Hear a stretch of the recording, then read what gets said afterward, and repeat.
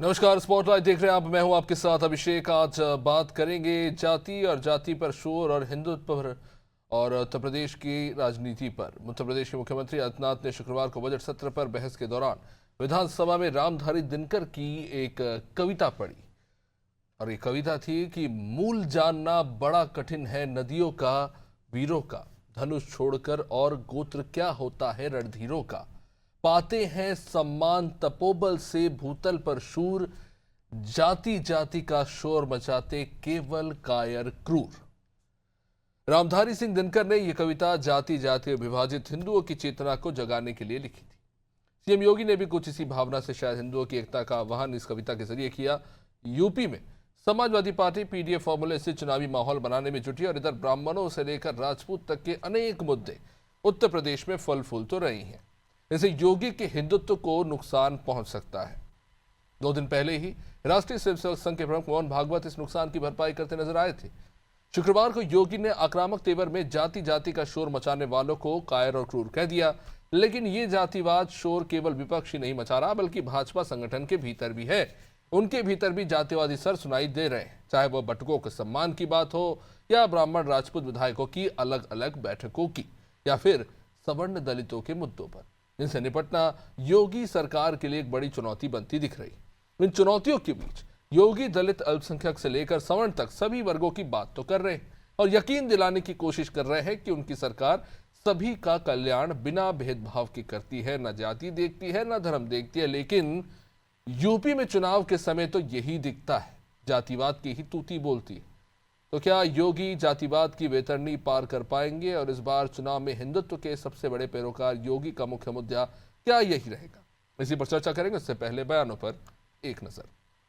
मूल जानना बड़ा कठिन है। दिनकर की पंक्तियां मुझे याद आती हैं, आप लोग भी गाते रहे होंगे अपने समय में कि मूल जानना बड़ा कठिन है नदियों का, वीरों का, धनुष छोड़कर और गोत्र क्या होता रणधीरों का, पाते हैं सम्मान तपोबल से भूतल पर सूर और जाति जाति का शोर मचाते केवल कायर क्रूर। ये कहावत है कि सरकारी फाइलों में मौसम गुलाबी है। योगी जी ने जो बातें कही हैं, धरातल पे उसकी सच्चाई से उसका कोई लेना देना नहीं है। देखिए, उत्तर प्रदेश सरकार की तमाम घोषणाएं केवल कागजों तक सीमित है, धरातल पर शून्य। यही शिक्षा मित्र जब सड़कों पर संघर्ष कर रहे थे तो उत्तर प्रदेश की पुलिस द्वारा उन पर लाठियां बरसाई जा रही थी और अब जब इलेक्शन करीब आ रहे हैं तो इस प्रकार के ऐलानात और घोषणाएं की जा रही है। 5 लाख कैशलेस इलाज का दावा है। इलाज होंगे कहां? अस्पतालों की जो दयनीय स्थिति है वो जग जाहिर है। जिस प्रकार से पिछले दिनों गोड्डा में वीडियो वायरल हुई, तो मैं समझता हूं ये केवल चुनावी घोषणाएं हैं। उत्तर प्रदेश के नौजवानों को परमानेंट रोजगार चाहिए।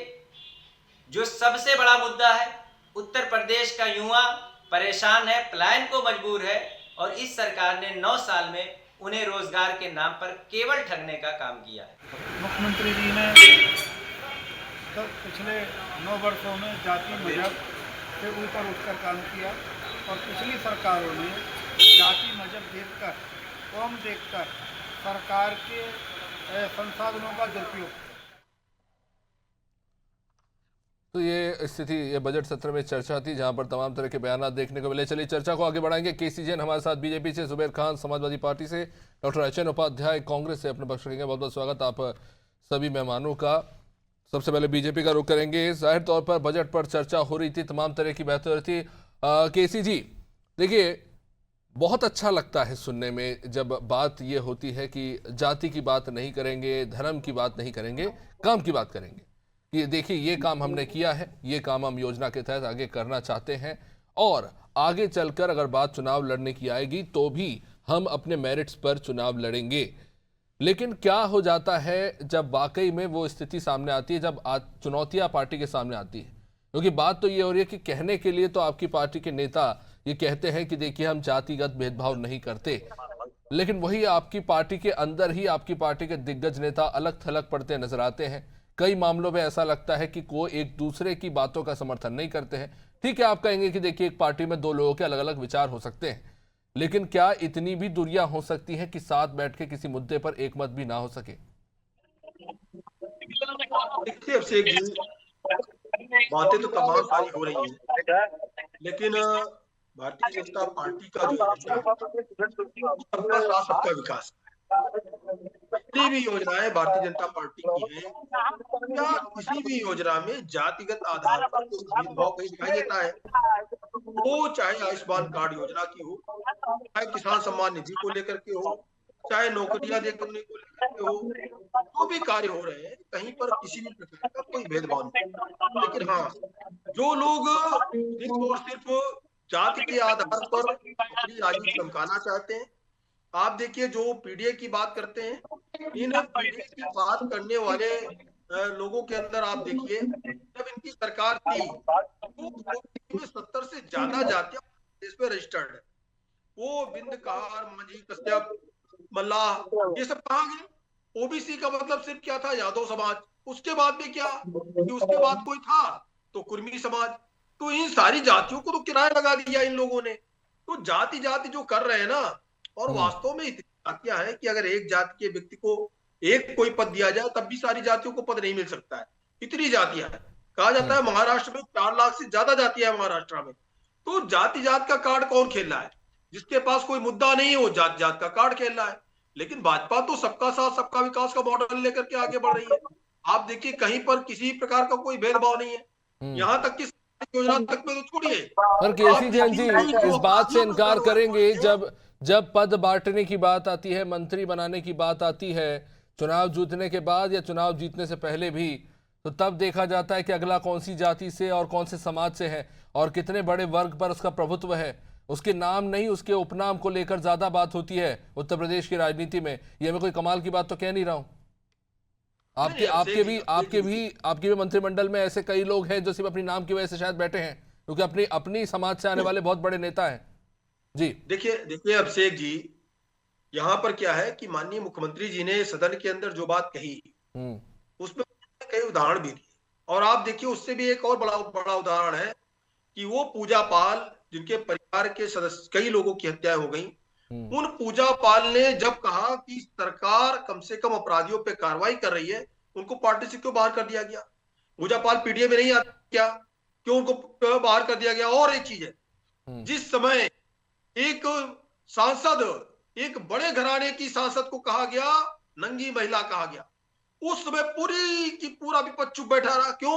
क्योंकि संप्रदाय विशेष के लोगों ने, मुसलमान मुल्ला ने उनको गाली दी थी, इसलिए चुप बैठे रहे। उनके ऊपर कोई कार्रवाई नहीं हुई, उनके ऊपर मुंह से एक शब्द भी नहीं निकला। तो जाति और धर्म की जो राजनीति करते हैं, जो तुष्टिकरण की राजनीति करते हैं, वही संभल में जब दंगा होता है, वहां पे दंगा करने की जो लोग कोशिश करते हैं उन पर कार्रवाई होती है। क्या करते हैं श्री अखिलेश यादव जी? जाकर के उनको सम्मानित करने का काम करते हैं, 5-5 लाख रुपए दे करके आते दंगाइयों को। क्यों दे करके आते हैं? ये जाति और धर्म की राजनीति कौन कर रहा है? और वहां पर कोई हिंदू समाज का संगठन नहीं था। वहां पे कौन था? वहां पे तो पुलिस पे हमला हुआ था, प्रशासन के लोगों पे हमला हुआ था, केवल और केवल न्यायालय के आदेश का वहां पालन हो रहा था। लेकिन उसमें भी तुष्टिकरण का काम किसने किया? विपक्ष ने किया। इसी तरीके से आप देखिए कि अयोध्या में जब एक दलित बेटी के साथ घटना घटती है, बलात्कार होता है, तो क्या आता है? उनके प्रोटेक्शन के लिए भी समाजवादी पार्टी मुखिया श्री अखिलेश यादव सामने आ जाते हैं, कहते हैं गैंग रेप है और इसलिए इसका डीएनए जांच होना चाहिए, तब कार्रवाई होनी चाहिए। ये कहा लिखा है भाई डीएनए जांच के बाद कार्रवाई होगी? कार्रवाई होगी, मेडिकल रिपोर्ट ठीक है होनी चाहिए, लेकिन ये कहीं नहीं है कानून में कि मेडिकल जांच डीएनए टेस्ट के बाद भी कार्रवाई होगी, कहीं पे नहीं है।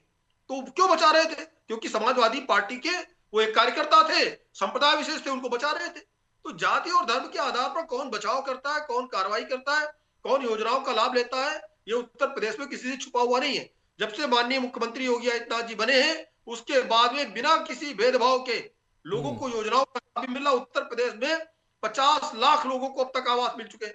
किस जात, किस धर्म, किस संप्रदाय को लोगों को लाभ नहीं मिल रहा है? और जो आयुष्मान कार्ड बना हुआ है, 5-5 लाख रुपए, सबसे ज्यादा लाभ तो हमें लगता है इसमें मुस्लिम समाज के लोग ले रहे हैं। आप जाइए सरकारी अस्पतालों में, देखिए किस तरीके से लोग लाभ ले रहे हैं, किस तरीके से अपनी पथड़ी का ऑपरेशन करा रहे हैं। मैं तो जाता रहता हूँ लखनऊ के, चाहे बलरामपुर हो, चाहे मेडिकल कॉलेज हो, चाहे लोहिया हो, जाता रहता हूँ मैं तो मिलने उन लोगों। ठीक है, जवाब ले लेते विपक्ष के सदस्य एस.एन. उपाध्याय जी कांग्रेस से हैं। उपाध्याय जी, किस तरह से क्या इस आक्षेप से इनकार करेंगे कि जाति की राजनीति अपनी सुलभता के अनुसार जो है तमाम राजनीतिक दल करते हैं, विपक्षी दल करते हैं, जिसका आरोप लगा रहे हैं, कायर और क्रूर बता रहे हैं कि यही वो लोग हैं जाति की राजनीति करते हैं, और कहीं ना कहीं कविता के जरिए इशारों में उन पर निशाना साध रहे हैं। जो जाति की राजनीति करती है वो कायर और क्रूर होते हैं। तो क्या इस बात से इनकार करेंगे कि जातियों को साध कर राजनीतिक फायदा लेने की कोशिश होती रही है विपक्षी दलों की तरफ से उत्तर प्रदेश में इंडिया गठबंधन?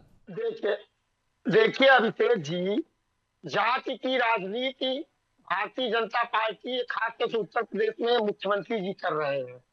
इसके प्रशासनिक कार्यों में, राजनीतिक कार्यों में उसकी झलक दिखती है। आप बताइए, जब उनके समाज के विधायकों ने मीटिंग की तो कोई बात नहीं की, ना हड़काया गया। जब ब्राह्मण समाज के लोगों और विधायकों ने मीटिंग की तो इनके प्रदेश अध्यक्ष ने हड़काया उनको और कहा कार्रवाई होगी। तो क्या यह जाति विशेष को देखकर काम नहीं हो रहा है? ये तो मैंने एक उदाहरण दिया। आप सभी वाइस चांसलरों की लिस्ट देख लीजिए, उसमें से मुख्यमंत्री जी के समाज के कितने वाइस चांसलर बनाए गए हैं, और पढ़ा लिखा समाज माना जाता है ब्राह्मण समाज से कितने बनाए गए हैं। ब्राह्मण पुलिस अधिकारियों की तैनाती होती है तो उनको महत्वहीन थाना और चौकी दिया जाता है। अपने समाज के लोगों को मलाईदार की बात तो हम नहीं करेंगे क्योंकि हम लोग उसके समर्थक नहीं है, महत्वपूर्ण थाने दिए जाते हैं। आप सब लिस्ट देख लीजिए, हम बनारस का कहेंगे तो उदाहरण नहीं उपाध्याय जी, ये क्या एक परसेप्शन है? क्योंकि यही बात जब समाजवादी पार्टी की सरकार थी तो यही कहा जाता था कि यादवों को प्राथमिकता दी जाती है। अब योगी सरकार है तो अब आप कह रहे हैं कि अपने चहेतों को प्राथमिकता दी जाती है। परसेप्शन है, इसके पीछे कोई ठोस आंकड़े भी है? सरकार हर जगह फेल है। आप बताइए अभिषेक जी, मैंने तो एक बस केवल उदाहरण दिया। ब्राह्मण विधायकों ने मीटिंग की तो उन पर हड़काया गया, और उनके समाज के लोगों ने, ठाकुर विधायकों ने मीटिंग की तो कुछ भी नहीं कहा गया। क्या ये उदाहरण कम है क्या? आप बताइए, उत्तर प्रदेश में ब्राह्मण, यादव और मुस्लिम को जो है ठोस कर अपराधी सिद्ध किया जा रहा है। कभी कभी बेबुनियाद, अभी आप वो हमारे जैन जी वहां का बात कर रहे थे, अयोध्या के जो समाजवादी पार्टी के नगर अध्यक्ष, वो तो कोर्ट द्वारा बरी भी हो गए। अब कौन सी बात कहेंगे? ये ऐसे ही निर्दोष लोगों को जाति देखकर फंसाया गया। ये एकदम पूरी तरह से जात पर आधारित राजनीति करते हैं। अब जो भाजपा का कोर वोटर ब्राह्मण रहा है वो निश्चित रूप से कांग्रेस पार्टी की तरफ, इंडिया गठबंधन की तरफ 2027 में पूरी तरह मूव कर चुका है। इस बार इनकी पत्ता कटने वाली है, इसलिए नागपुर से जो है मोहन भागवत जी को बुलाया गया। अब ये नहीं चलेगा। अच्छा, तो ब्राह्मण और ठाकुर जो है वो कोर वोटर है, सपा ये मान चुकी है, उम्मीद नहीं रखते वोटर से। पर क्या केसी जैन जी, उस पर जवाब चाहूंगा जो उन्होंने कहा कि ब्राह्मणों की बैठकों पर कोई आपत्ति नहीं थी, आपत्ति थी, ठाकुरों की बैठक पर कोई आपत्ति नहीं थी आपको, तब कुछ नहीं बोला बीजेपी प्रदेश अध्यक्ष ने। देखिए क्या है, ये संभल की घटना पे कुछ नहीं, और इसके साथ साथ आप ये देखिए कि जो ये बात कह रहे हैं कि इन पे कार्रवाई, अरे कौन सी कार्रवाई हो गई? कोई कार्रवाई नहीं हुई। हाँ, ये अगर ये टिप्पणी की बात हो रही, कार्रवाई की नहीं। उन्होंने चेतावनी दी कि इस तरह की बैठकें नहीं होनी चाहिए। ठाकुरों की बैठक पर तो ऐसा कोई बयान नहीं आया, वो ये कह रहे हैं। देखिए, उस समय प्रदेश अध्यक्ष अलग थे, उस समय पर प्रदेश अध्यक्ष अलग, इस समय पे प्रदेश अध्यक्ष नए आए हैं। नए प्रदेश अध्यक्ष जी ने ये कहा कि ऐसी कोई बात ना हो जिससे समाज के अंदर कोई इस तरीके का संदेश जाए कि पार्टी में कहीं पर जात के आधार पर मीटिंगें हो रही। पर केसी जी, ये तय कौन करेगा? अगर जाति के हिसाब से बैठक हो रही है तो ये कैसे तय होगा कि वो सिर्फ अपनी ही बात कर रहे हैं, उसके अलावा बाकियों की नहीं कर रहे हैं, जब बैठक ही जाति के आधार पर हो रही है? जी देखिए, अभिषेक जी यही बात कही, पार्टी के मुखिया ने भी यही बात कही, और साथ ही साथ जिन लोगों ने मीटिंग की उन्होंने भी ये बात कही कि हम प्रदेश को किस तरीके से आगे ले जाएं, किस तरीके से आगे बढ़े, इसको लेकर के हम लोग चर्चा करते तो विपक्ष को दिक्कत तो केसी जी, ये बात तो ठाकुर और ब्राह्मण साथ बैठ के भी तय कर सकते थे ना कि ये लोग करते थे। उत्तर प्रदेश को कैसे आगे ले जाना है केसी जी, वो तो ठाकुर ब्राह्मण शूद्र सब साथ बैठ के भी तय कर सकते थे। अलग अलग कहाँ मंडली जमा रहे थे? नहीं, देखिए, कहीं पे कोई बैठक हुई, कोई एक समूह बना करके अगर कहीं पे कोई बैठक करे, क्या दिक्कत हो सकती है इसमें? लेकिन फिर भी लोगों ने सवाल किया कि नहीं, ये बैठक कर रहे हैं, ये तो तोड़ रहे हैं पार्टी पर सपा अगर पीडीए की बात करे तो वो कायर क्रूर हो जाती है। चलिए जवाब ले लेते हैं, जुबैर खान जी भी हमारे साथ हैं। जुबैर जी, पीडीए के नाम पर जाति की राजनीति आप करते हैं, पक्षपात करते हैं, एक वर्ग का साथ देते हैं ताकि उसका राजनीतिक लाभ ले सके, और उसके चलते दूसरे के साथ पक्षपात करते हैं। रामधारी जी की कविता के जरिए यही निशाना शायद साधा है कि जो जाति की राजनीति करते हैं वो कायर और क्रूर होते हैं। जुबेर जी, देखिए, भारतीय जनता पार्टी बिल्कुल अपने कहे हुए एजेंडे से भटक गई है। ये फोटो है, हाथ ऊपर है। अच्छा, ठीक, जी जुबेर जी बोलिए। एक काम भारतीय जनता पार्टी अपने अनुसार नहीं कर रही है, जो कथनी है। भारतीय जनता पार्टी में जातीय मजहब सुरक्षित नहीं है। कल हमारे बलिया में एक भाजपा नेता के द्वारा 70 वर्षीय किन्नर की निर्मम हत्या करके और उस खुद फांसी पे लटकना, ये घोर, इस प्रदेश में आप समझ सकते हैं कि अब देश प्रदेश में किन्नर भी सुरक्षित नहीं है। उस किन्नर को बुला के अपने घर में उसकी हत्या कर देना, जो 70 वर्ष की उम्र थी उसकी, और खुद फांसी पर लटक जाना। आप भाजपा, वो कट्टर भाजपा नेता थे, उनकी प्रोफाइल आप देख सकते हैं।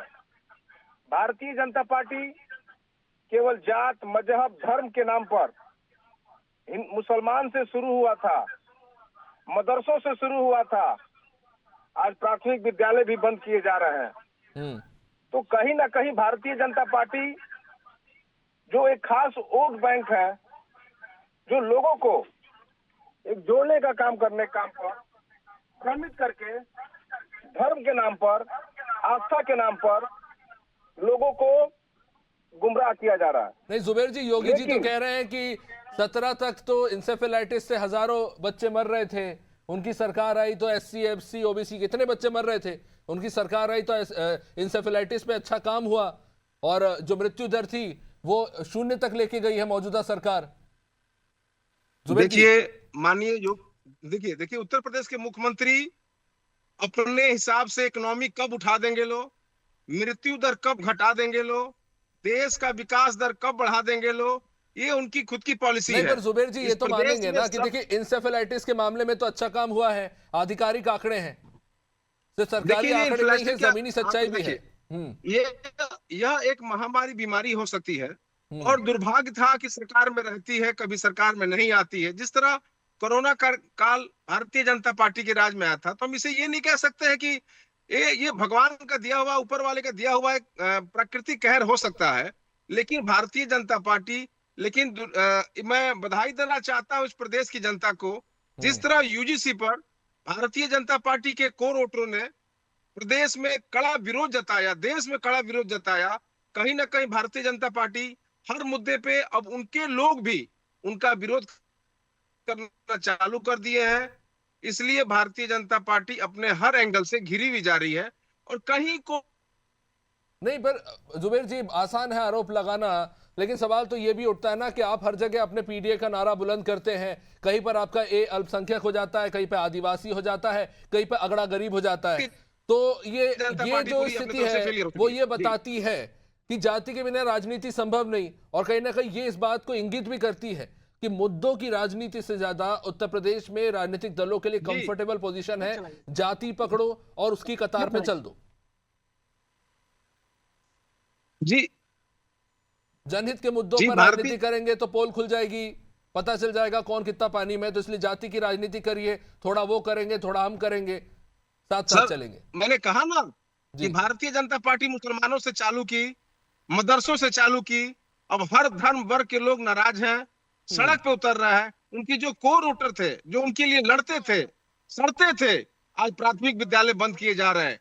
ये देश का पहला भारतीय जनता पार्टी ऐसा कानून लाई है कि पहले प्राथमिक और जूनियर विद्यालय को को-मर्जिंग स्कूल कहा जाता था, जहां एक छत के नीचे 2 विद्यालय चलाए जाते थे। इस भारतीय जनता पार्टी में दारू और देसी और अंग्रेजी शराब एक कर दिया गया है। देश किस तरह चलेगा? भारतीय जनता पार्टी जाति मजहब के आधार पर और मुसलमानों के नाम पे जो शुरुआत हुआ था, ये हर वर्ग के लोग पीड़ित है, प्रताड़ित है। आने वाले 2027 में देश के मुखिया, PDA के महानायक, और देश की जिस तरह अखिलेश जी की PDA बढ़ रही थी, उस हिसाब से मोदी योगी जी ने ये जो केसी जैन जी, जुबेर जी ने जो बात उठाई है हो गया कि शिक्षा व्यवस्था में मतलब स्कूल्स को मर्ज करके बेहतर करेंगे, ये सारी बातें हुई, लेकिन शराब के ठेकों को मर्ज कर दिया, देसी और अंग्रेजी एक कर दिया, वो आरोप लगा रहे।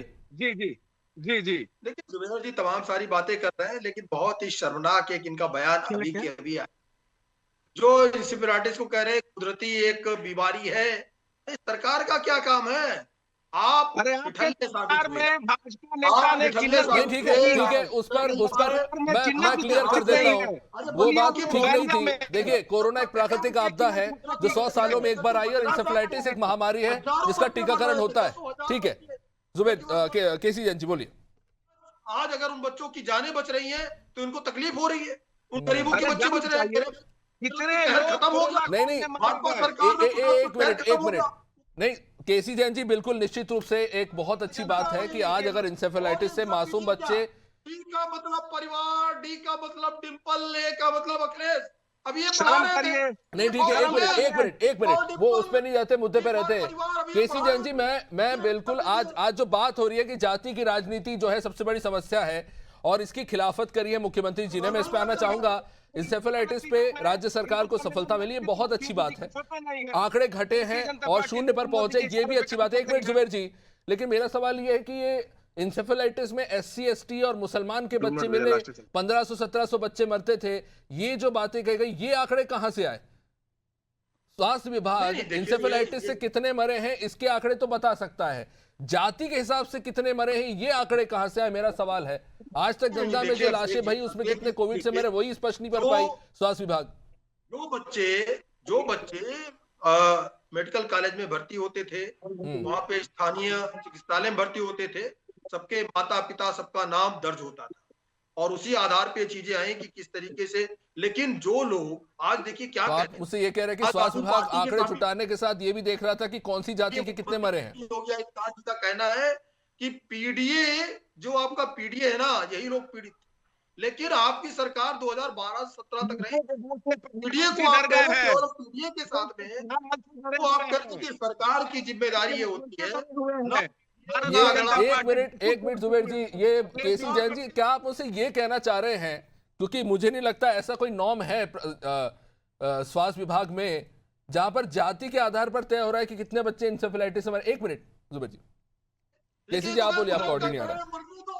जिस जिले का हम क्या करते हैं इस जिले में मुख्यमंत्री जी 9 बार हमारी सरकार क्या करती? अरे सरकार नहीं करेगी, कौन करेगा? अभी सरकारी काम कर रही है, सरकार ने उस समस्या का निदान किया नहीं किया। लेकिन क्या है अभिषेक जी, केवल जाति का खेल कौन खेल रहा है? जिसको लगता है जिसने कोई काम नहीं किया था, जो जिसको लगता है का और कोई चांस नहीं है, वो जाति का कार्ड खेल रहे। हम तो अपना विकास का मॉडल लेकर के जनता के बीच में जाते हैं। हमने 50 लाख आवास दिए, हमने लोगों को शौचालय भी दिए, हमने 1 डिस्ट्रिक्ट और प्रोडक्ट भी दिया, हमने लोगों को रोजगार भी दिए।